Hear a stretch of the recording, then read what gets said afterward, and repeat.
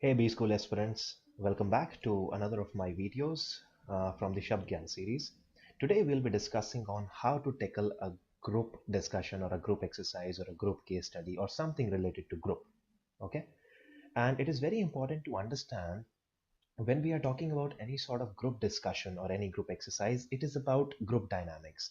And group dynamics are about who is a leader at that point of time. So if you are a leader, that means you will take care of all the things that a leader should be doing or a manager should be doing. For example, in case of a group discussion, it is important for us to first of all understand what actually is group discussion.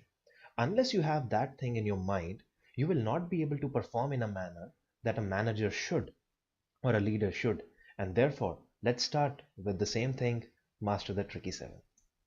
The first one, understand what is this thing known as group discussion. When I talk about a group or when I talk about a discussion, it is about a collection of people sitting together, exchanging ideas, brainstorming on something to achieve a goal. The most important word here is achieving the goal, because unless you know where you want to reach, your group discussion is totally useless. And that is what the moderator is also saying. Whether you are able to come up with some concrete solutions, or for that matter, whether you are able to identify a proper problem for which the solution has to be found out. So GD is something which solves a common objective. And let's face it, many good minds, when they come together, they do it intelligently when they are collected. But again, when many good minds come together and they do not know how to do that, then it is all the chaos. And that is what your moderator is testing you on. Are you able to manage that chaos? Are you able to bring some sort of form into a discussion? Are you able to make a discussion worthy of discussion? Are you able to come up with a solution? Because if you are in a manager's meeting, couple of years down the lane, as a manager, you would be asked, you would be required, and you would be expected to achieve these results, not simply to be in that room just for the sake of being there. So, what you have to do in GD is something that we'll talk about later, but first of all, we should understand what is it that we do not have to do in GD. So, never attempt a maneuver that is against GD. These are those maneuvers. Don't be individualistic. Don't be your own self. Okay, it is all about me. No, it's not about you, because it's teamwork. Don't be negative. You just cannot keep on criticizing everybody else because you think that your point is really good. Again, having said that, you shouldn't be aggressive as well. You just cannot point out fingers on everybody, because you have to incorporate and respect everyone's point of view. If you feel that probably you are not in sync with what the person is saying, there are better ways to do that, but not the aggression. Don't be a group police. Hey, why don't you speak now? Hey, why don't you speak now? Okay, let's do one thing. You should do this. You should do that. You should do this. No, no, no, you should not do that. No. All these things are really, really detrimental to your scoring. And the moment you become a group police, or the moment you become a police instead of being a manager or a leader, that is clearly visible. And the most important part is, don't be a know-it-all. When you get a chance, or when you take up a chance to speak, speak the relevant portion for some time, save some stuff for later so that other people can also contribute. It is group discussion, it is not anything else. The very second that we come to is before you initiate something. Now imagine you are sitting over there in a group of say 5, 10, 15, and sometimes 20 also, which is very rare, but sometimes it happens. Now, when you are sitting there, you get a topic. It is important for you, first of all, to understand what the topic is.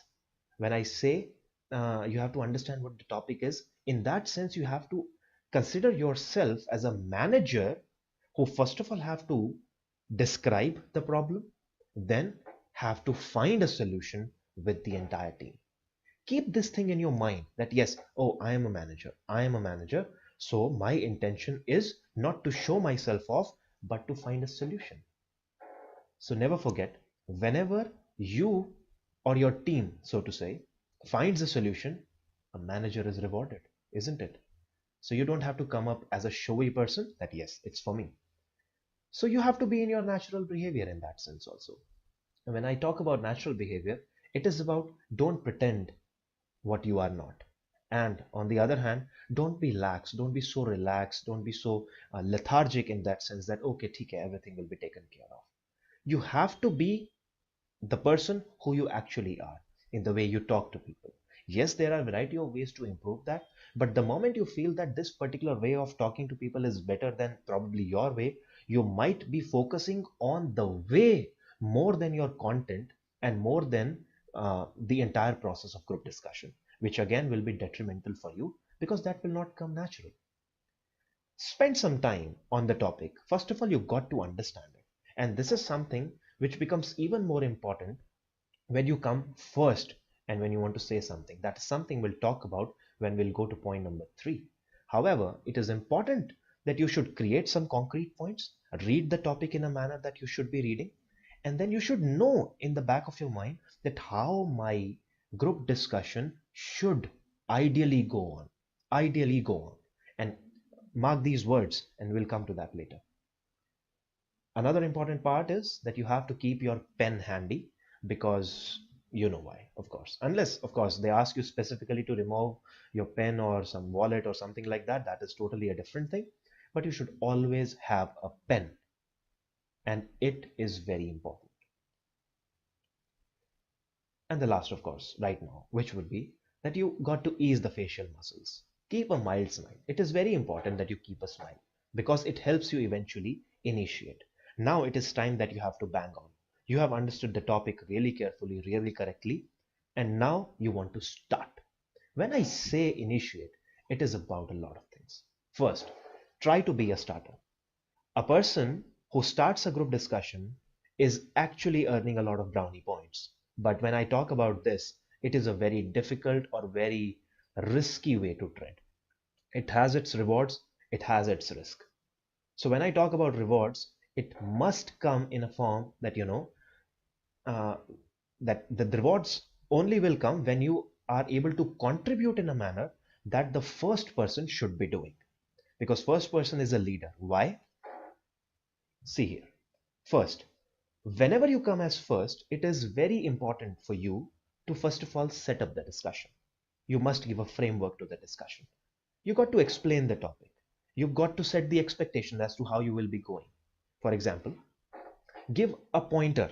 So guys, we have this particular topic in front of us. Let us first of all identify the problem, and then let us go on and finding some examples that we can relate to. Followed by that, we'll discuss on pros and cons. After that, we'll discuss on the solutions to that problem, and then we'll conclude. I hope everybody is agreeing to that. If we are all, shall we start? So I would like to start with discussing the problem first. You see, this is the way you first of all start a discussion.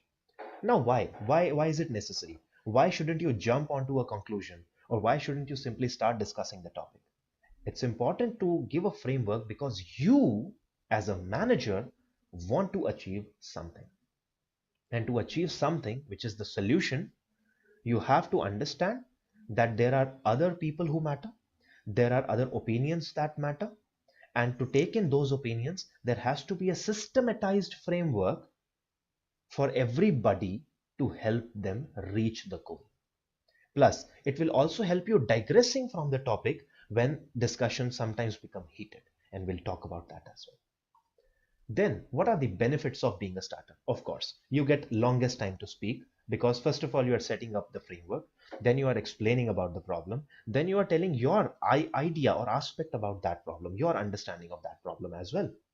Second, you come in the eyes of moderator, and it is very important.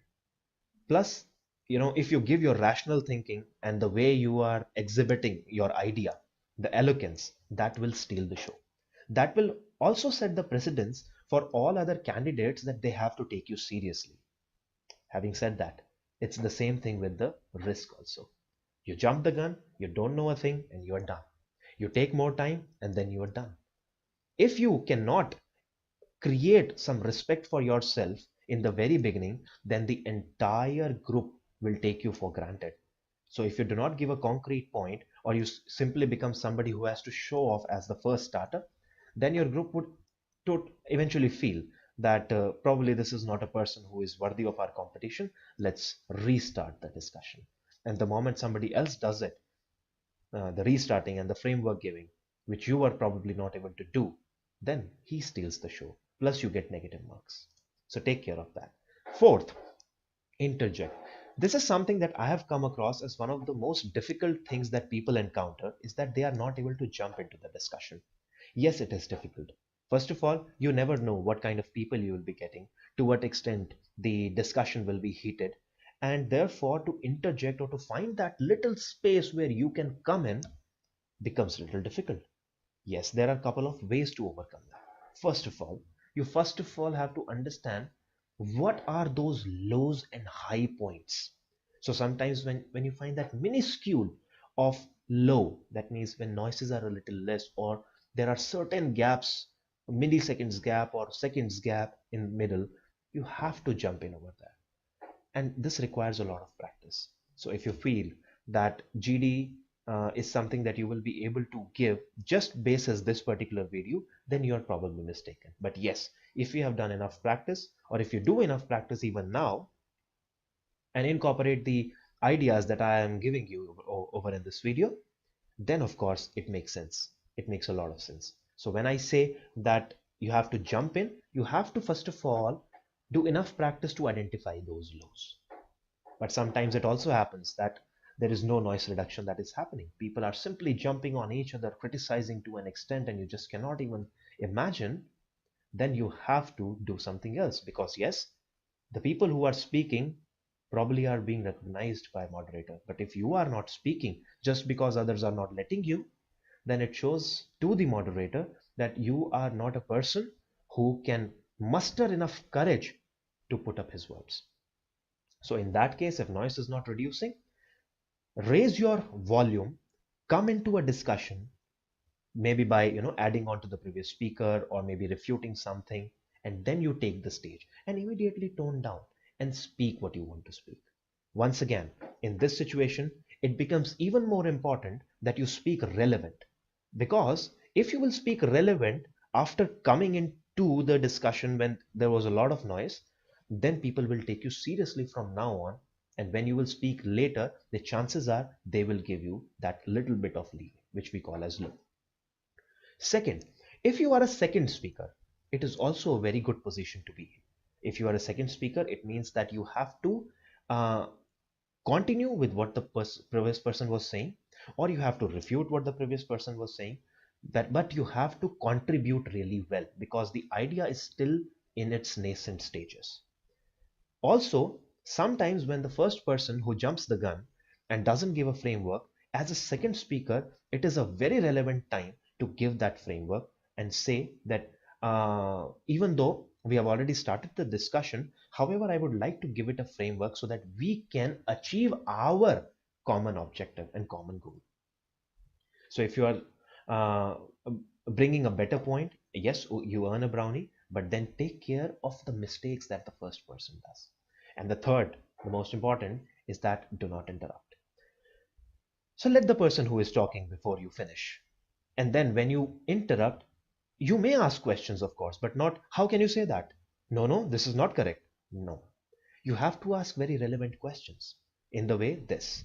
For example, so yeah, as you mentioned, so and so, could you please elaborate that if we do it this particular way, how your idea is still valid? This is the way of asking a question, because you are not criticizing that person. You are actually adding some sort of curiosity to your question so that this person can answer. This helps stimulate the discussion also. So don't just speak for the sake of it. If you have content, speak. Otherwise, wait for a little amount, little time, and then when other people will be contributing enough, so you will gather your ideas in that fashion and then you can speak.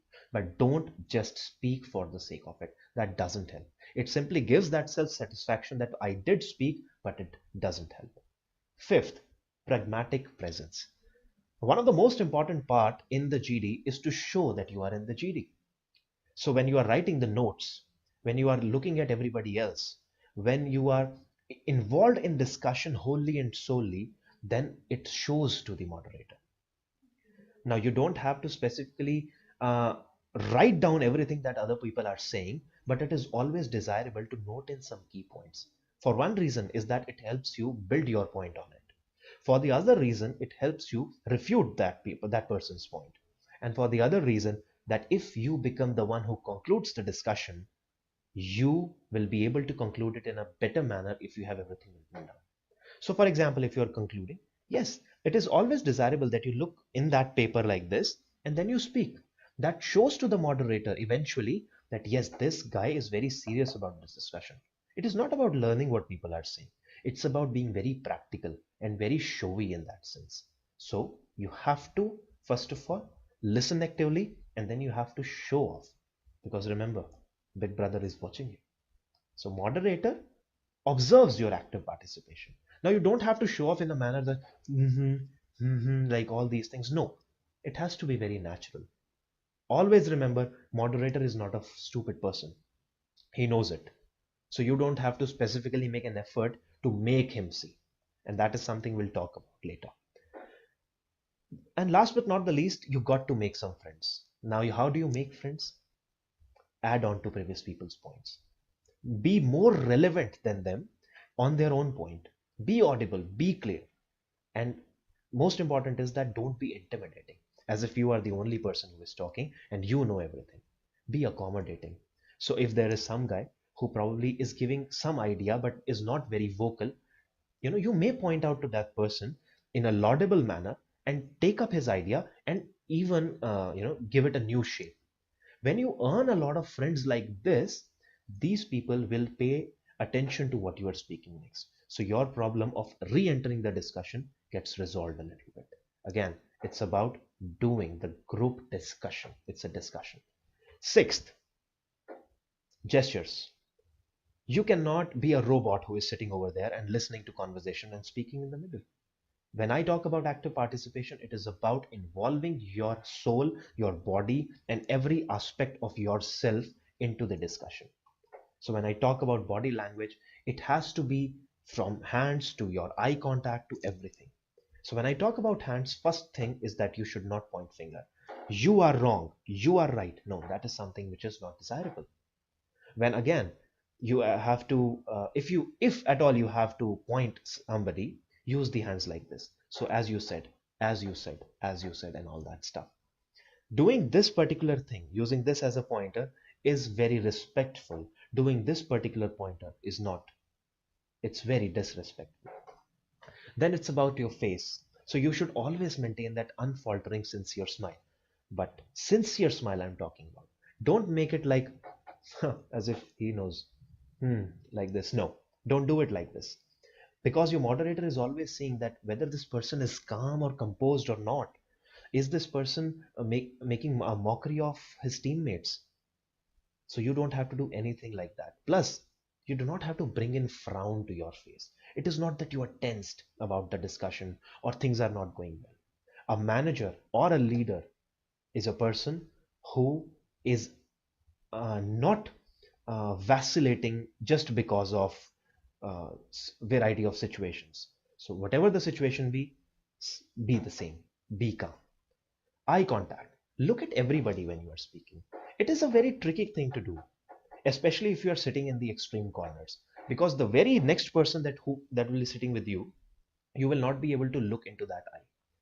So you have to make that effort consciously. So it's like talking to everybody like this, so that everybody is engaged, nobody is neglected. When you talk about eye contact, again, it is not about staring in the eye. It is about probably looking at these particular places or maybe this area, so that it gives them an impression that you are focused on them. The more you stare into the eye, it might result into some sort of your own wetting of the eye, which might create a discomfort for you. Plus, it doesn't really look good. Plus, it is not even the way to do that. So eye contact is one important thing. And the last thing would be, of course, your posture. Sit straight, spine erect, shoulders relaxed, smile on your face all the time. Hands should always be on the table. Okay, so that when you are talking, your hand gestures show. Move your hand naturally while you are discussing, the way I am doing it with you right now. You are a manager, isn't it? Can you remember that? And a manager is not submissive. A manager is always accommodating. And the most important thing, do not look at the moderator. When I say do not look at the moderator, just assume it, accept it, appreciate it. You just cannot keep on looking to the moderator like this and then believing that, okay, probably this particular thing will invoke his attention towards you. It rather gives you negative marks because you are not believing in the moderator. A moderator observes you. Moderator has to observe you. You should not look at the moderator, come what may. And the last but not the least, the tricky seven, number seven, is steer to conclude. Every effort in your entire 10, 12, 15, 20, whatever minutes of GD is, should be in the direction of a purposeful conclusion. Yes, there might be certain situations where you are not able to conclude well, or you are not able to come up to a solution at all, but your act towards that will matter. Because as a manager, it is desirable that you are a person who has this intention of driving a team towards something. Even if sometimes you do not achieve results, that's okay. So first of all, be the keeper. See if discussion is going haywire. What is it that you have to do? You have to bring it back to the place. Again, in that sense, you do not have to become somebody who is who you do not have to become a moderator, so to say. So you don't say that, okay, now you speak, now you speak, now you speak. No, that is not what you have to do. But what you have to do is that if people are going away from the actual topic or discussion, always say it like this. Friends, I think we are digressing a little bit. Uh, so far we have discussed on this, and this thing, which was the part of our initial framework. Let us continue with that and now focus on, say, whatever the next step is, say solutions. Okay. And from there, let the situation flow. When you say things like this, it gives an impression that this person is very much into the discussion and knows what is it that to be achieved. He is beyond those personal biases and the opinion making of people. He is a person who is totally steered towards finding the conclusion, which is something that a moderator always appreciates. Second, be the leader. When you are the leader, help your submissive friends to speak. See, it is different. There is a difference between becoming a moderator, you speak, you speak, you speak, you speak, and uh, being a leader. So when you are a leader and you find that somebody wants to speak but is not getting some opportunity, so you might as well say that I think I have a friend over there who has something very purposeful to contribute. So let us hear what he has to say or she has to say. This again brings you in the light of being a leader or a manager. That is what they are looking for, isn't it?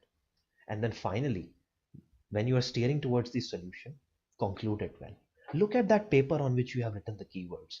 Because when you do it like this, so I think uh, allow me to conclude the discussion now that we have discussed it at length and all the things have been covered so far. I think the solution that we have come to is this, and also I think this. So when you are reading it in this manner, that shows to the moderator that this person has made proper notes and he doesn't want his entire group to miss out on any relevant thing that the group has contributed to. And that is when you conclude well. So all the very best. Next time when you do the GD, crack it.